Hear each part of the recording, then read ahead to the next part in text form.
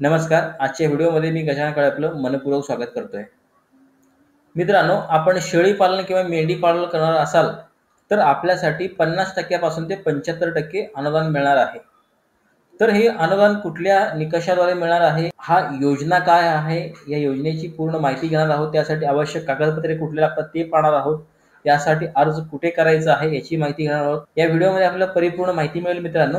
यासाठी व्हिडिओ सुरुवातीपासून शेवटपर्यंत पहा आणि चॅनलवर नवीन असेल तर चॅनलला सबस्क्राइब करा आणि बेल वरती क्लिक करा. मित्रांनो, हा जो योजना आहे याची परिपूर्ण माहिती आता आपण घेणार आहोत. मित्रांनो, ही जी योजना आहे राज्यस्तरीय योजना आहे. शेळी मेंढी गट वाटप करणे योजनेचं नाव आहे. अंशतः ठाणबंद पद्धतीने संगोपन करण्यासाठी 10 शेळ्या किंवा मेंढ्या आणि एक बोकुड किंवा नर मेंढा याप्रमाणे लाभार्थ्यांना मेंढी शेळी वाटप करणे. मित्रांनो, या योजनेअंतर्गत आपल्याला 10 शेळ्या किंवा मेंढ्या, त्यानंतर एक बोकुड किंवा नर मेंढा मिळणार आहे. हे खरेदी करण्यासाठी आपल्याला रक्कम मिळणार आहे मित्रांनो. त्यानंतर या योजनेसाठी काही टिप त्यांनी दिलेले आहेत, ते टिप पाहूया.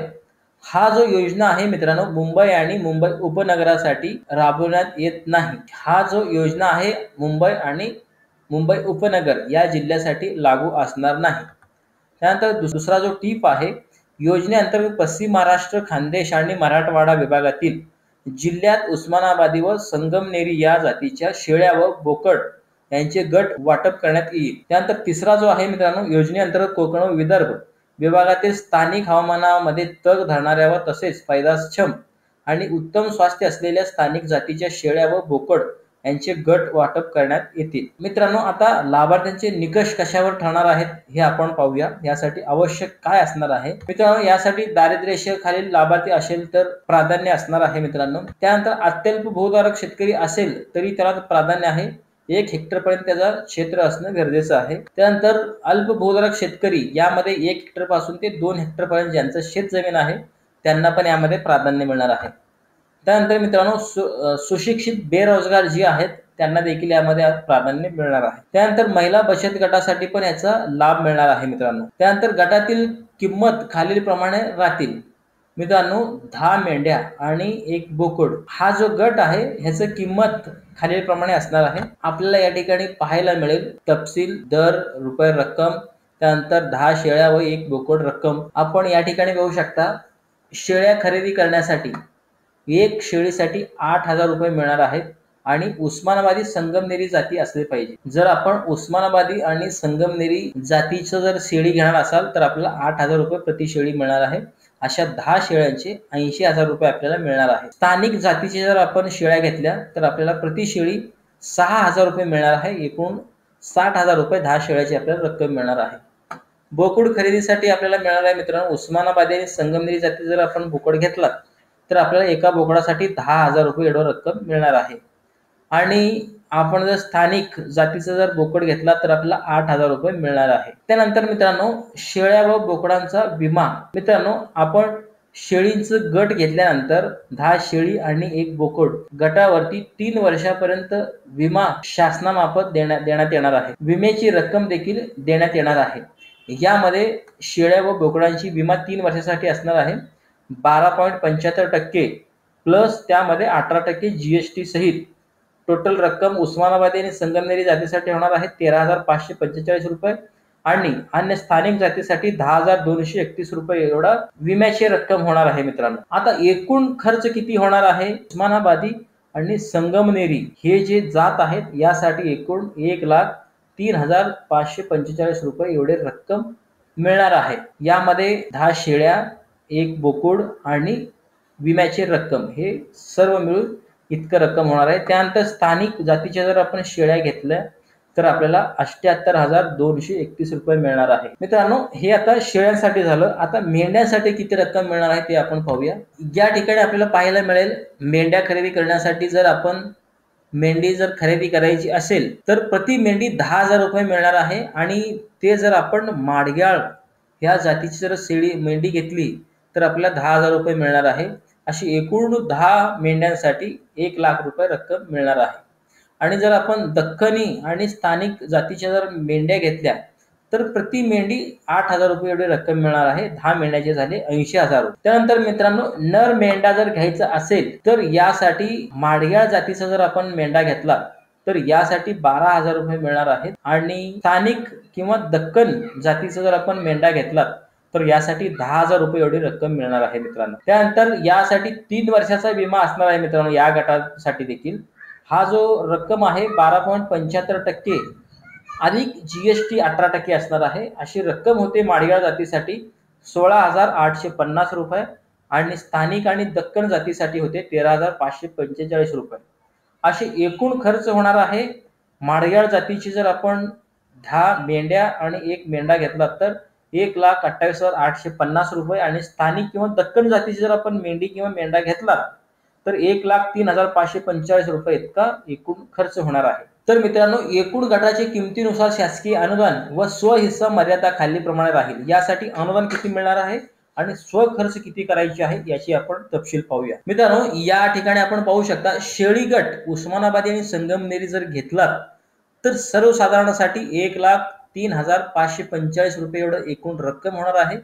त्यामधून शासनाचे अनुदान असणार आहे 51,773 रुपये आणि लाभार्थ्याचा हिस्सा असणार आहे 51,772 रुपये.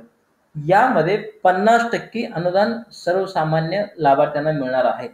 म्हणजेच यामध्ये सर्व कास्ट आले, SC ST वगळता OBC ST VJ NT जेवढे कास्ट आहेत ते यामध्ये आले. आणि अनुसूचित जाती आणि जमातीसाठी SC ST साठी 1,03,545 मधून शासनाचे अनुदान मिळणार आहे 77,759 रुपये आणि लाभार्थी हिस्सा असणार आहे 25,886 रुपये. म्हणजेच 75% अनुदान SC ST साठी आहे आणि भरायची रक्कम आहे 25% आणि सर्वसाधारणसाठी 50% रक्कम अनुदान मिळणार आहे आणि 50% आपल्याला स्वहिस्सा भरायचा आहे. त्यानंतर मित्रांनो, शेळी अन्य स्थानिक जातीसाठी किती अनुदान मिळणार आहे तर सर्वसाधारण लक्षात ठेवा, यामध्ये सर्व जाती येणार आहेत. फक्त अनुसूचित जाती आणि जमाती वगळता सर्व कास्टसाठी वरील सर्वसाधारणमध्ये येणार आहेत. सर्वसाधारणमध्ये मित्रांनो 50% अनुदान मिळणार आहे. स्थानिक जातीसाठी 78,231 रुपये एवढी रक्कम होणार आहे. त्यातून 50% अनुदान 39,116 रुपये हे अनुदान मिळणार आहे आणि 39,115 रुपये आपल्याला स्वखर्चातून भरायचं आहे. त्यानंतर अनुसूचित जाती आणि जमातीसाठी 75% अनुदान असणार आहे. यामध्ये टोटल रक्कम आहे 78,231 रुपये. त्यातून 75% अनुदान म्हटलं तर 58,773 रुपये एवढं अनुदान मिळणार आहे आणि 25% स्वखर्चातून खर्च करायचा आहे किंवा भरायची रक्कम म्हणजे 19,558 रुपये एवढा रक्कम स्वखर्चातून खर्च करायचा आहे. त्यानंतर मित्रांनो मेंढी गट माडयाळ जातीसाठी पाहूया. मित्रांनो, सर्वसाधारण पाहूया. 1,28,850 रुपये मूळ रक्कम एकूण रक्कम होणार आहे. यातून 50% अनुदान म्हणजे 64,425 रुपये एवढा अनुदान मिळणार आहे आणि 64,425 हे आपल्याला स्वखर्चातून भरायचे आहे. त्यानंतर अनुसूचित जाती आणि जमातीसाठी 1,28,850 मधून 96,738 रुपये 75% अनुदान मिळणार आहे आणि 32,212 रुपये स्वखर्च करायचा आहे. त्यानंतर दक्कनी व अन्य स्थानिक जातीसाठी सर्वसाधारण प्रवर्गासाठी 1,03,545 मधून 51,773 रुपये अनुदान मिळणार आहे आणि 51,772 रुपये आपल्याला भरायचे आहेत. म्हणजे 50% अनुदान असणार आहे. त्यानंतर अनुसूचित जाती आणि जमातीसाठी 1,03,545 मधून 77,759 रुपये अनुदान मिळणार आहे आणि 25,886 रुपये स्वखर्चातून खर्च करायचा आहे. म्हणजेच यामध्ये 75% SC ST साठी अनुदान असणार आहे. मित्रांनो, अर्जासोबत जोडावीचे कागदपत्रे. अर्जासोबत कुठले कागदपत्रे आवश्यक आहेत जोडावीचे ते पाहूया. यासाठी मित्रांनो फोटो ओळखपत्राची सत्यप्रत अनिवार्य आहे. त्यानंतर फोटो ओळखपत्राची सत्यप्रत म्हणजे मित्रांनो आपल्याकडे मतदान कार्ड, ड्रायव्हिंग लायसन्स किंवा पॅन कार्ड जे काही ओळखपत्र असेल जेणेकरून त्यावरती फोटो असला पाहिजे असा ओळखपत्र आपल्याला गरजेचं आहे. त्यानंतर 7/12 अनिवार्य आहे. त्यानंतर 8 अनिवार्य आहे. त्यानंतर अपत्य दाखला हे पण अनिवार्य आहे. त्यानंतर आधार कार्ड अनिवार्य आहे. त्यानंतर रहिवासी प्रमाणपत्र हे पण अनिवार्य आहे. त्यानंतर बँक खाते पासबुक ते पण अनिवार्य आहे. रेशन कार्ड हे पण अनिवार्य आहे. त्यानंतर 7/12 मध्ये लाभार्थीचे नाव नसल्यास कुटुंबाचे संमतीपत्र अथवा दुसऱ्याची जमीन असल्यास भाडे तत्वावर करारनामा हे अनिवार्य आहे. आपलं स्वतःचं शेत जमीन पाहिजे किंवा आपल्या घरातील कुटुंबातील कुठल्याही सदस्याच्या नावाने जर शेतजमीन असेल तर त्यांचं सहमतीपत्र जोडावं लागेल. आपल्या कुटुंबामध्ये कुणाच्याही नावाने शेतजमीन नसेल तर आपल्याला दुसऱ्यांचं शेतजमीन भाडे तत्वावर घ्यावं लागेल, त्याचा करारनामा आपल्याला जोडायचा आहे. त्यानंतर मित्रांनो, अनुसूचित जाती आणि जमातीमधून असाल तर आपल्याला जातीचा दाखला जोडायचा आहे. त्यानंतर इतर डॉक्युमेंट्स आपल्याला काय जोडायचे आहे, ह्याच्या व्यतिरिक्त काय जोडायचे आहेत ते आपण पाहूया. हे अनिवार्य नाहीत, पहिले जे मी सांगितलं ते अनिवार्य आहेत. या ठिकाणी पाहू शकता, दारिद्र्य रेषेखाली येत असाल तर तो प्रमाणपत्र आपल्याला जोडायचा आहे. त्यानंतर दिव्यांग असाल तर तो दाखला आपल्याला जोडायचा आहे. त्यानंतर बचत गट सदस्य असाल तर त्याचे प्रमाणपत्र जोडायचं आहे. त्यानंतर वय, जन्मतारखेचा पुरावा जोडायचा आहे. असेल तर जोडा, अन्यथा गरजेचं नाही मित्रांनो. शैक्षणिक पात्रतेचा दाखला, त्यानंतर रोजगार स्वयंरोजगार कार्यालयाचे नाव नोंदणी कार्डाची सत्यप्रत, हे सर्व असतील तर जोडा. प्रशिक्षण घेतले असतात त्या संबंधीचे प्रमाणपत्र जोडायचं आहे. हे महत्वाचे नाहीत मित्रांनो.